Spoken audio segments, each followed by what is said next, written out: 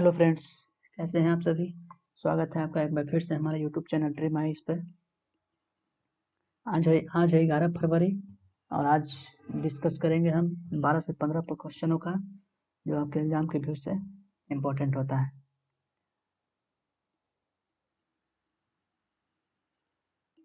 अगर वीडियो अच्छा लगे तो लाइक और शेयर करिएगा। चैनल पर नए हैं तो सब्सक्राइब कीजिए। चलिए देखते हैं आज का पहला क्वेश्चन। हाल ही में किसने पहाड़ी राज्यों में अपनी परियोजनाओं में प्रारंभिक चेतावनी प्रणाली स्थापित करने का फैसला किया है? तो ये किसके द्वारा किया गया है? एनटीपीसी के द्वारा। एनटीपीसी के द्वारा ये किया गया। जैसा कि पता है कि अभी हाल ही में उत्तराखंड में जो त्राही आई है उस हिमस्खलन की वजह से उसके उसकी उसी को देखते हुए ये प्रारंभिक चेतावनी लाया गया है एनटीपीसी के द्वारा। ये एनटीपीसी क्या है? National thermal power corporation limited, जिसके द्वारा एक अर्ली वार्निंग सिस्टम तैयार किया जाएगा। जो ऐसी इस तरह के दुर्घटना को आने से पहले सूचित किया जा सके।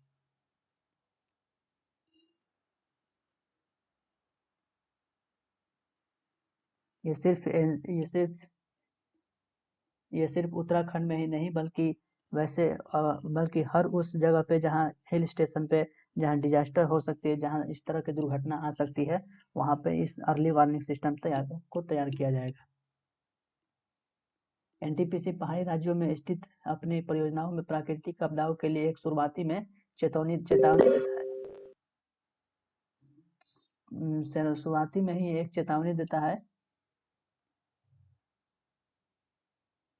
चेतावनी स्थापित करता है। ये केंद्रीय मंत्री आर के सिंह ने तपोवन में निजी बिजली योजना के राज्य के बिजली उत्पादक क्षतिग्रस्त हाइड्राइट प्रोजेक्ट के ऑन द स्पॉट आइकलन के से अपनी वापसी कर रहा है। ये ऋषि गंगा में पूरी तरह से अपनी पानी बह गया है, जबकि एनटीपीसी के इस तरह से, जैसे कि पिछले भी वीडियो में हम बताए थे कि वहाँ पे जो हिमस्खलन हुआ है, कौन से हिमस्खलन हुआ है? नंदा देवी ग्लेशियर पिघल चुका है, जिसकी वजह से जो त्राही आई है। एनटीपीसी की बात करें तो national thermal power corporation limited है। इसकी स्थापना हुई थी 7 नवंबर 1975 को। इसका हेडक्वार्टर है नई दिल्ली। इसके चेयरमैन है और एमडी कौन है? गुरदीप सिंह। ये क्या है? इलेक्ट्रिसिटी इंडस्ट्री है।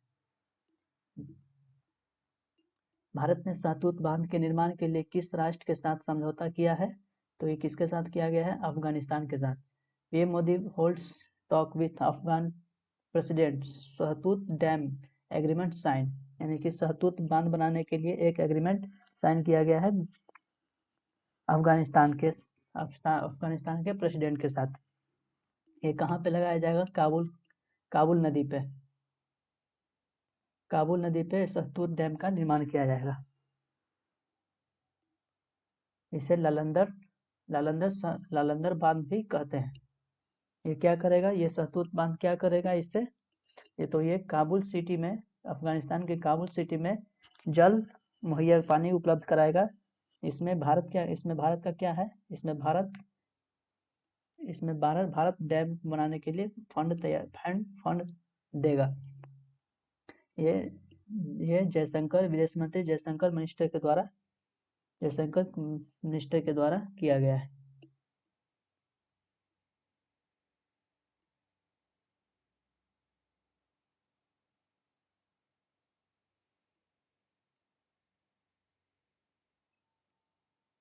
ये दूसरा बांध है। इससे पहले सलमा बांध भी अफगानिस्तान में बनाया गया था। ये अफगानिस्तान में सलमा बांध बनाया गया था। इस बार दूसरा सहतूत बांध, इस बार दूसरा सबसे बड़ा बांध बनाया जा रहा है। अफगानिस्तान की बात करें तो इसकी राजधानी है काबुल। ये इसकी मुद्रा है अफगानी। इसके प्रेसिडेंट है अशरफ गनी। ये एशिया में है और ये अरब सागर में स्थित है। एशिया महाद्वीप में है और ये अरब सागर में स्थित है कंट्री। क्वेश्चन नंबर तीसरा देखते हैं। हाल ही में किस देश ने म्यांमार के साथ म्यांमार के साथ संबंधों को निलंबित कर दिया है। तो ये कौन किया है? न्यूजीलैंड के द्वारा किया गया है। न्यूजीलैंड के द्वारा किया गया है। न्यूजीलैंड के पीएम जेसिका आर्डेन के द्वारा ये कहा गया है कि म्यांमार में जिस तरह से मिलिट्री ने लीडरशिप कर लिया है, यहाँ वहाँ पे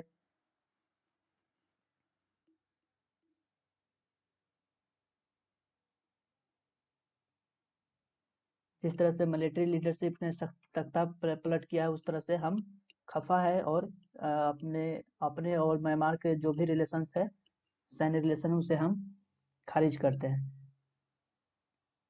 ये प्रधानमंत्री जैकिंडा आर्डेन के द्वारा कहा गया है, जिससे सैन्य तख्तापलट के बाद न्यूजीलैंड ने म्यांमार के साथ सभी उच्च स्तरीय और राजनीतिक सैन्य संपर्क को निलंबित कर दिया है।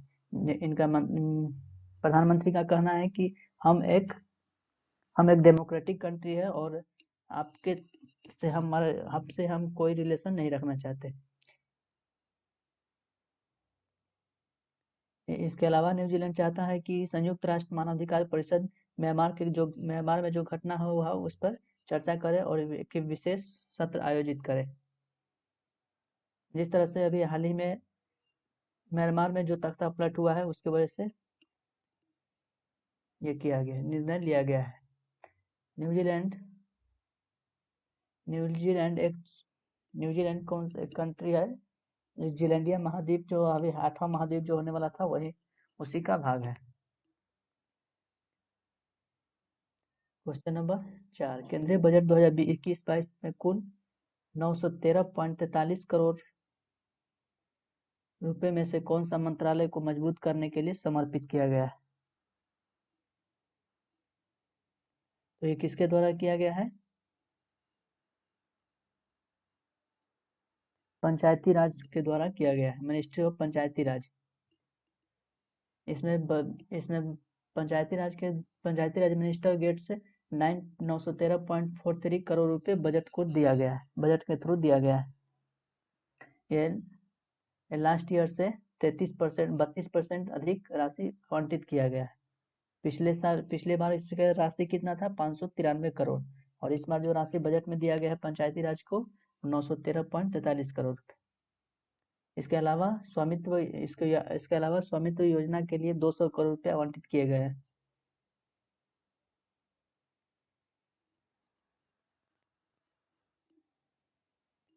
यह क्या करेगा? ये गांव के घरेलू मालिकों के अधिकारों का रिकॉर्ड प्रदान करेगा। स्वामित्व योजना 79.65 करोड़ बजट का परिपक्व आवंटित किया गया है।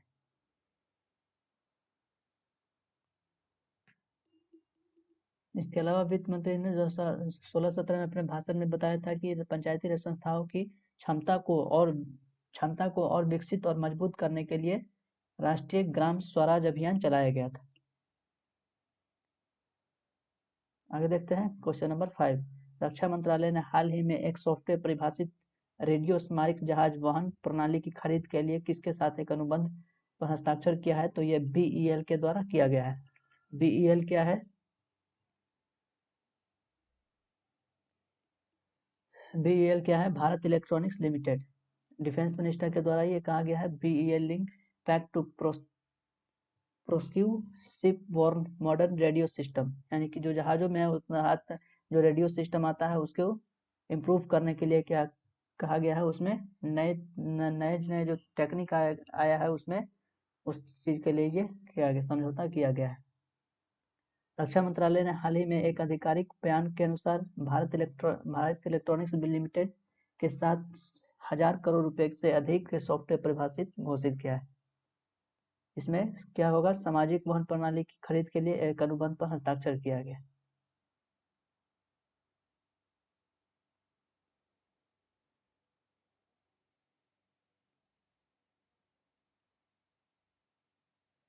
इसमें जो रेडियो लगाया जाएगा SDR टेक एक 4 चैनल मोड है, मल्टी बैंड 19 इंच का rack mountable ship borne software device, इस तरह के सिस्टम लगाए जाएंगे। भारत इलेक्ट्रॉनिक्स लिमिटेड की बात करें तो इसकी स्थापना 1954 में हुई थी। हेडक्वार्टर बेंगलुरु में है, कर्नाटक में। इससे पहले एच ए एल के हेडक्वार्टर्स भी कर्नाटक में ही है, हिंदुस्तान एरोनॉटिक्स लिमिटेड। इसके चेयरमैन कौन है? एम.वी. गौतम। क्वेश्चन नंबर 6, कौन सा देश संयुक्त राष्ट्र मानवाधिकार आयोग में फिर से शामिल होने जा रहा है? तो ये यूएसए के द्वारा शामिल किया जाएगा। यूएसए एक बार फिर से मानवाधिकार आयोग में शामिल होने जा रहा है। ट्रम्प की जब सरकार थी तो उसमें ट्रम्प सरकार अपने आप को इस संगठन से मुक्त कर लिया था, हटा दिया था। लेकिन जैसे ही बाइडेन की जो सरकार आई तो उसमें उनके द्वारा कहा गया है कि वो राष्ट्र मानवाधिकार परिषद में फिर से शामिल होने वाले हैं। UNHRC, United nation human rights council, इसका हेडक्वार्टर कहाँ है? जेनेवा में।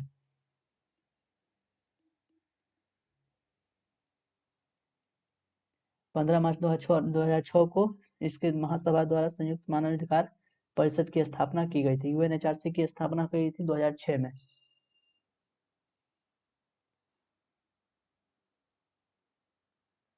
ये 3 साल के लिए फिर से इसमें जुड़ जाएगा राष्ट्र यूएसए। यूएसए की बात करें तो इसकी राजधानी है वाशिंगटन, इसका करेंसी है डॉलर। इसके प्रधानमंत्री अभी जो बिडेन बने हैं, जो कि 46वें प्रधानमंत्री है। 46वें प्रधानमंत्री बने हैं जो बिडेन। एक अमेरिका महादेश है, ये पैसिफिक ओशियन में स्थित है। अमेरिका में लगभग कितने स्टेट है? 50 स्टेट अमेरिका में स्थित है। फिर आगे देखते हैं क्वेश्चन नंबर 7, हाल ही में किस देश ने 2021 के ब्लूमबर्ग सूचकांक का नेतृत्व किया है? तो ये साउथ कोरिया के द्वारा किया गया है। ये पिछले वीडियो में हम डिस्कस कर चुके हैं।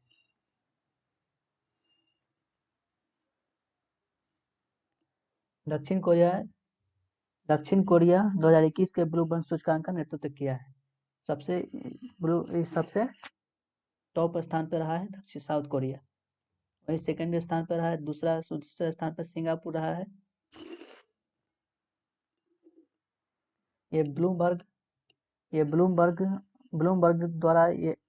ने इनोवेशन निकाला है, जिसमें नंबर 1 साउथ कोरिया का नवाचार रहा है। ये नवाचार के क्षेत्र में रहा है नंबर 1 टॉप पे। वही दूसरे स्थान पे सिंगापुर और स्विट्जरलैंड तीसरे स्थान पे रहा है। वही भारत की बात करें तो भारत दुनिया में नवाचार के मामले में 50वें स्थान पे रहा है।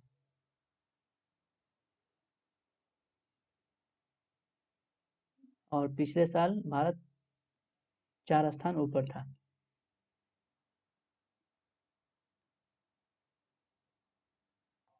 यह किस आधार पर निकाला जाता है? तो ब्लूमबर्ग ने दुनिया में कोरोना वायरस के प्रसार के बाद पहली बार अपनी रिपोर्ट जारी किया है। ये कोरोना वायरस को जो अभी को देखते हुए ये निकाला गया है किस देश की स्थिति अच्छी है। साउथ कोरिया की बात करें तो इसकी राजधानी है सियोल, इसकी मुद्रा है, करेंसी है दक्षिण कोरियाई वॉन। इसके प्रेसिडेंट कौन है? मून जे इन। ये एक मध्य एशिया का एशियन कंट्री है। ये पीले समुद्र और जापान के समुद्र के बीच में स्थित है। आगे देखते हैं क्वेश्चन नंबर 8, हाल ही में किस राज्य सरकार ने आंध्र प्रदेश के साथ सीमा विवाद के कारण सुप्रीम कोर्ट जाने का निर्णय लिया है? तो ये उड़ीसा सरकार के द्वारा किया गया है। उड़ीसा सरकार का कहना है कि आंध्र प्रदेश जो है ना, आंध्र प्रदेश उड़ीसा के 3 गांव में पंचायत इलेक्शन करवाने का निर्णय लिया है, जिसके वजह से उड़ीसा ने सुप्रीम कोर्ट जाने का निर्णय लिया है। ये बॉर्डर डिस्प्यूट एरिया थे जिस पर आंध्र प्रदेश ने पंचायती चुनाव कराने का निर्णय लिया है। ये कहाँ पे है? ये कोटापुर जिले में पंचायत चुनाव करवा रहा है कौन? आंध्र प्रदेश। इसको देखते हुए और ये आंध्र प्रदेश का कहना है कि ये हमारा एरिया है और इसी विवाद को निपटाने के लिए ये उड़ीसा सर्वोच्च न्यायालय जाएगा, सुप्रीम कोर्ट जा रहा है।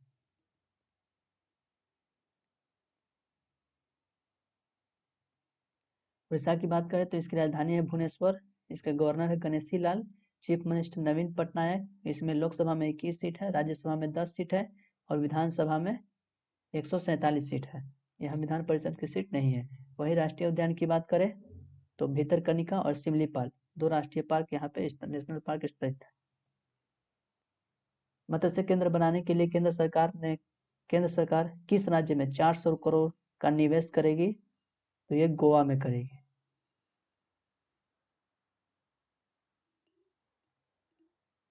गोवा में मछली पालन के लिए फिशरी मिनिस्टर गिरिराज सिंह के द्वारा 400 करोड़ रुपए आवंटित किया गया है, निवेश किया गया है।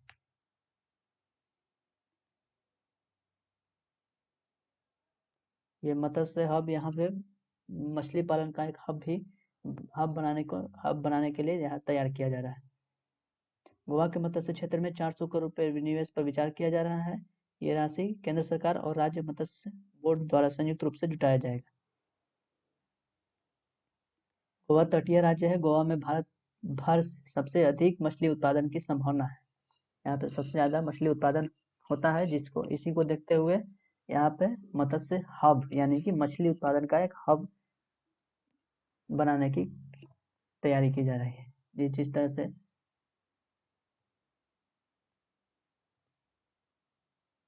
ये हम बात कर चुके हैं। गोवा की बात करें तो इसकी राजधानी है पणजी। ये इसके यहाँ के राज्यपाल है, गवर्नर है भगत सिंह कोश्यारी। प्रमोद सावंत सीएम है। लोकसभा में 2 सीट है, राज्यसभा में 1 सीट है।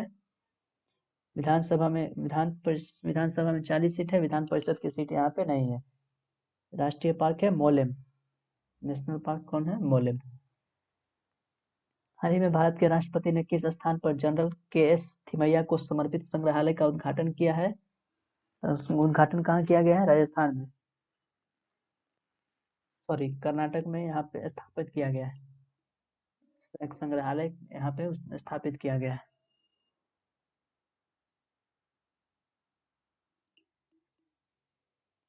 एक कोडागू जनरल थिमैया के नाम पे यहाँ पे एक राष्ट्रपति के द्वारा संग्रहालय बनाया जा रहा है, उसका उद्घाटन किया गया है। General KS. थिमैया का जन्म 1906 में कोडगू कर्नाटक में हुआ था। कर्नाटक के कोडगू में हुआ था, जिन्होंने 1957 से 1961 तक सेना अध्यक्ष के रूप में भी काम किए हैं।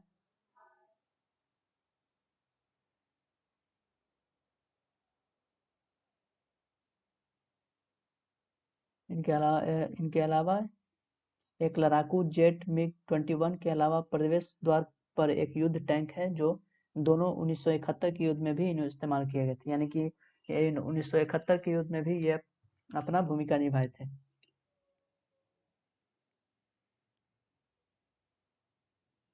राष्ट्रपति के द्वारा अंगुत्को की पुस्तक में लिखा गया है कि जनरल थिमैया संग्रहालय हमारी सेना के इतिहास में सबसे बेहतरीन सैनिकों में से एक के असाधारण चरित्र और योगदान के विशेष पहलुओं को संरक्षित करता है।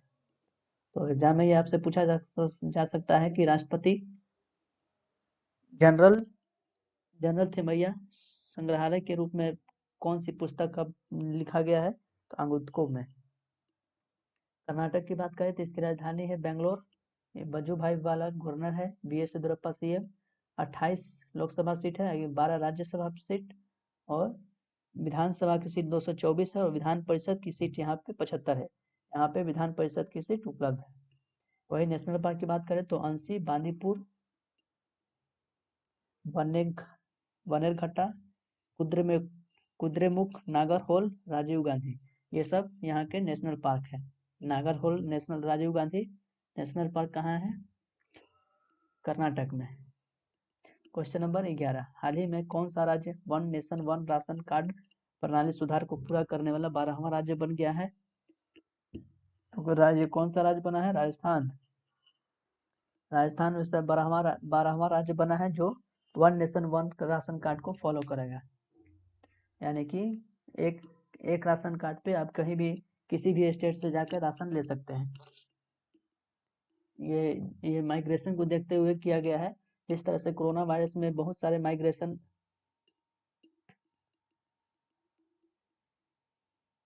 अपने घर को लौटे और उन्हें वहां राशन नहीं दिया गया क्योंकि उनके पास राशन कार्ड नहीं था। इसके वजह से ये किया गया है। राजस्थान ये देश का 12वां राज्य है। इसके लिए 2731 करोड़ रुपए विभाग द्वारा अनुमति जारी किया गया है। वही राजस्थान के अलावा आंध्र प्रदेश, गोवा, गुजरात, हरियाणा, कर्नाटक, केरल, मध्य प्रदेश, तेलंगाना, तमिलनाडु, त्रिपुरा और उत्तर प्रदेश 11 अन्य राज्यों भी इसमें शामिल है।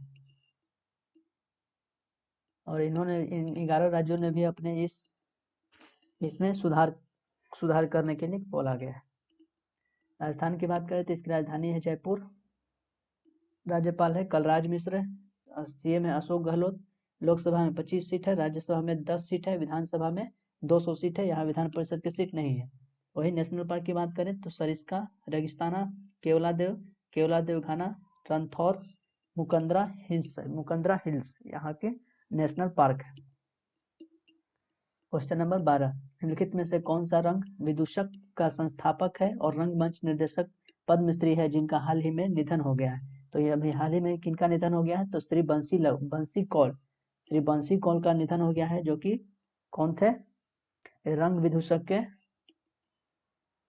रंग विदूषक के संस्थापक थे। इन्हें पद्मश्री से भी नवाजा गया है।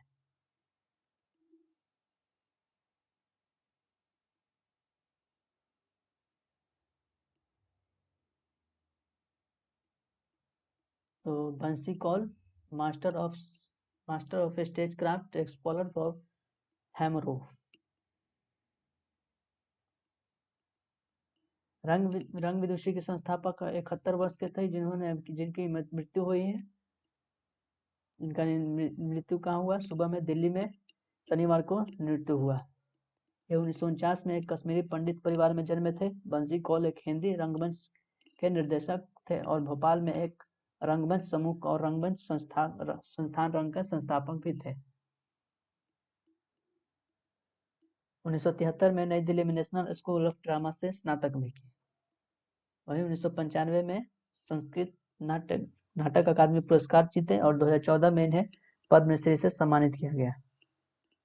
2016-17 के लिए राष्ट्रीय कालिदास सम्मान भी इन्हें दिया जा चुका है। हाल ही में आईसीसी ने किसे अपना वैश्विक साझेदार घोषित किया है? तो बायजू को घोषित किया है।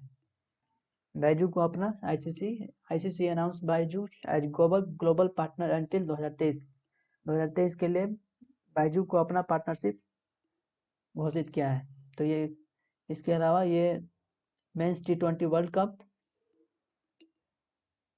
और विमेंस वर्ल्ड कप के लिए भी निर्धारित किया गया है। International cricket council ICC international cricket council 2021 से 23 तक भारतीय एजुटेक कंपनी है, जो कि बैजू को अपना साझेदार घोषित किया है। ये 3 साल का समझौता किया गया है बैजू के साथ। ये आईसीसी इवेंट्स में भाग लेगा, जिसमें भारत में आगामी पुरुष T20 वर्ल्ड कप और न्यूजीलैंड में महिला विश्व कप भी शामिल है।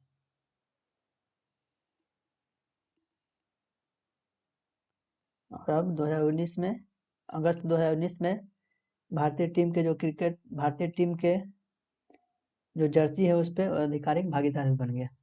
वही बैजू की बात करें तो फाउंडेशन इसका 2011 में हुआ था। हेडक्वार्टर बेंगलुरु में है। इसके फाउंडर है बैजू रविंद्रन और सीईओ भी है बैजू रविंद्रन। क्वेश्चन नंबर 14, हाल ही में बाबा आमटे की पुण्यतिथि किस दिन मनाई गई? बाबा आमटे की पुण्यतिथि किस दिन मनाई गई? तो 9 फरवरी को मनाया गया।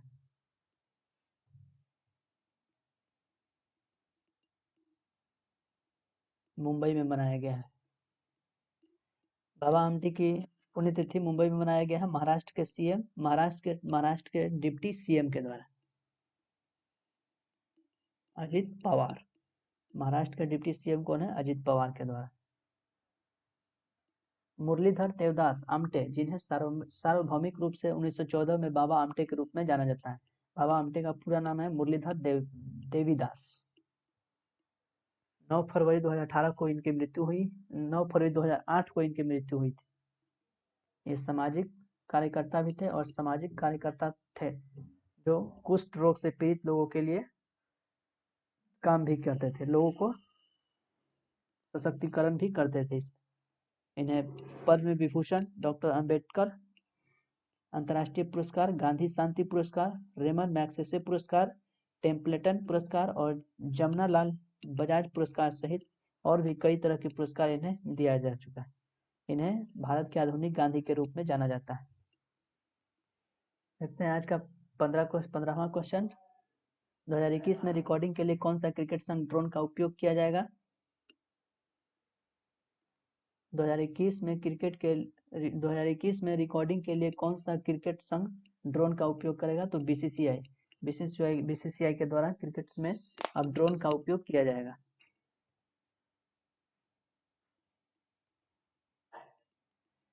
Center allows BCCI to use drones for aerial filming of cricket match। इस तरह से अब क्रिकेट मैच में ड्रोन का उपयोग किया जाएगा। ये किसके द्वारा किया गया है? नागरिक उड्डयन मंत्रालय और नागरिक उड्डयन महानिदेशालय द्वारा, जिसने सोमवार को कहा है कि 2021 में भारत क्रिकेट सीजन की लाइव एरियल सिनेमेटोग्राफी के लिए ड्रोन की तैयारी करेगा। भारतीय क्रिकेट कंट्रोल बीसीसीआई को क्रिकेट मैच में लाइव एरियल फिल्मांकन के लिए ड्रोन का उपयोग करने के लिए सरकार से अनुमति दिया जा चुका है।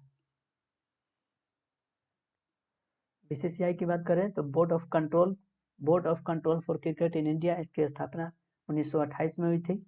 हेडक्वार्टर मुंबई में है। इसके प्रेसिडेंट है सौरभ गांगुली, वाइस प्रेसिडेंट है राजीव शुक्ला और सेक्रेटरी है जय शाह। तो ये थे आज के आपके 15 क्वेश्चन जिसका हमने अच्छे से डिस्कशन किया। उम्मीद है आपको समझ में आया होगा। और समझ में आया तो कमेंट जरूर करिए, बताइए कि और ताकि और आपके लिए बेहतर कर सके। चलिए मिलते हैं अगले वीडियो में।